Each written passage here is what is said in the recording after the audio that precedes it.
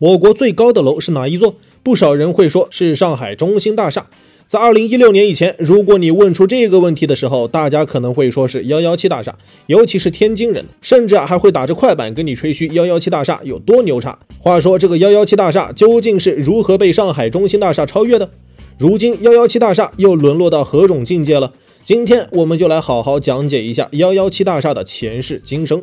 117大厦全称为高银金融117大厦，是由香港高银集团董事长潘苏通投资建设的。它坐落于天津西青区高新技术产业园，总建筑面积为80万平米。117大厦的最大亮点就是它的高度，这座大厦一共有117层。117大厦也因此而得名，它高达597米，曾打破过11项国内和国际纪录。按照潘苏通的规划，117大厦的主楼分别设置了超甲级国际商务办公楼、超5星级酒店以及类似于迪拜塔的顶楼游泳池。这种配置完全就是对标迪拜的哈利法塔。至于117大厦的周边设施也被设计的雍容华贵，比如周边住宅区是富国高银的花园大宅，旁边还有天津环亚国际马球会的马球场、马厩和英式贵族会所等建筑。如果不出意外的话，117大厦将会和上海中心大厦一样，成为当地的经济引擎，带动整座城市的 GDP 层层往上涨。抱着这样的期待，117大厦于2008年9月10日正式开工，整个建筑群前后一共投入了700亿元人民币，光是主塔楼就耗费了14万吨钢构件、4万吨钢筋以及19万立方米的混凝土。从耗材上来看，117大厦的投入成本几乎和上海中心大厦不相上下。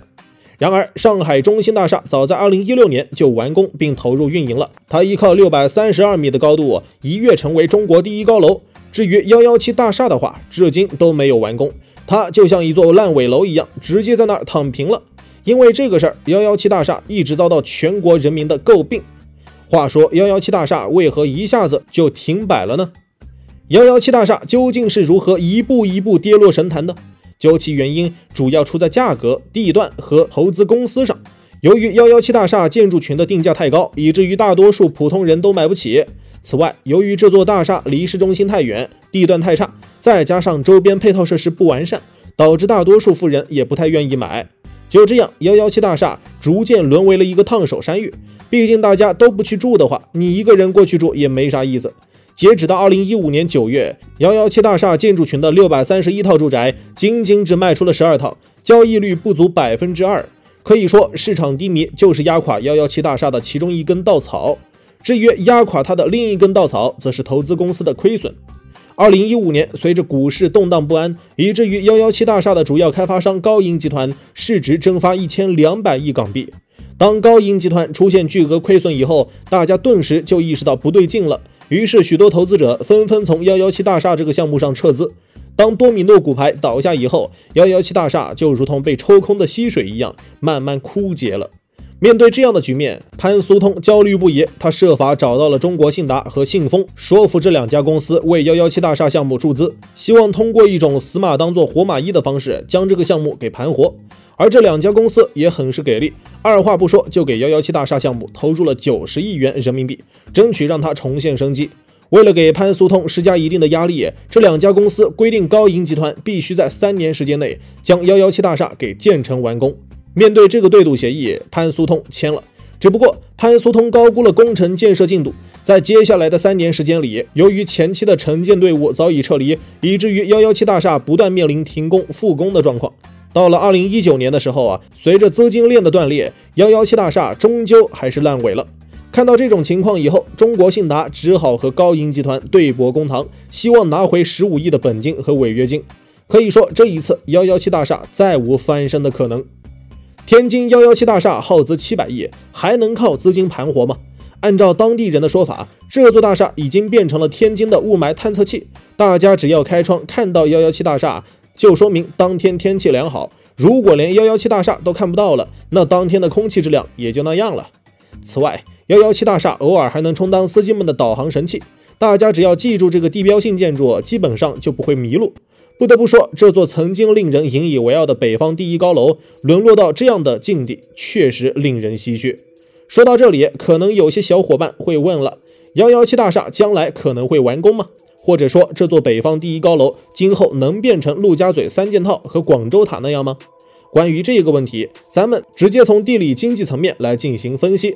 其实自古以来呀，像北京、天津这种幽燕之地，他们的政治军事功能都是远大于经济文化功能的。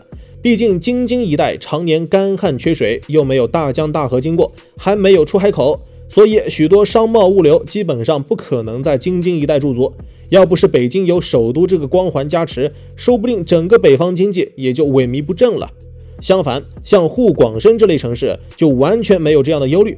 由于这几个城市群地处我国流量最大的湾区出海口，所以每天都有源源不断的国际资源从海上过来。在这种情况下，沪广深自然就能充当起各自版图的经济引擎，所以像广州塔、陆家嘴三件套这类建筑也就应运而生了。别的不说，如今流传在网上的一张卫星图就很能说明一切。像长三角和珠三角地区的夜间灯光图都是连成一大片的，而北京和天津的夜间灯光图都是彼此独立的存在。至于京津的周围地区则黑得深不见底。在这种情况下，北方经济还怎么逆势上扬？也正因如此，所以117大厦基本上没法实现超越陆家嘴三件套的梦想。潘苏通口中的中国北方第一高楼，怕是要就此搁浅了。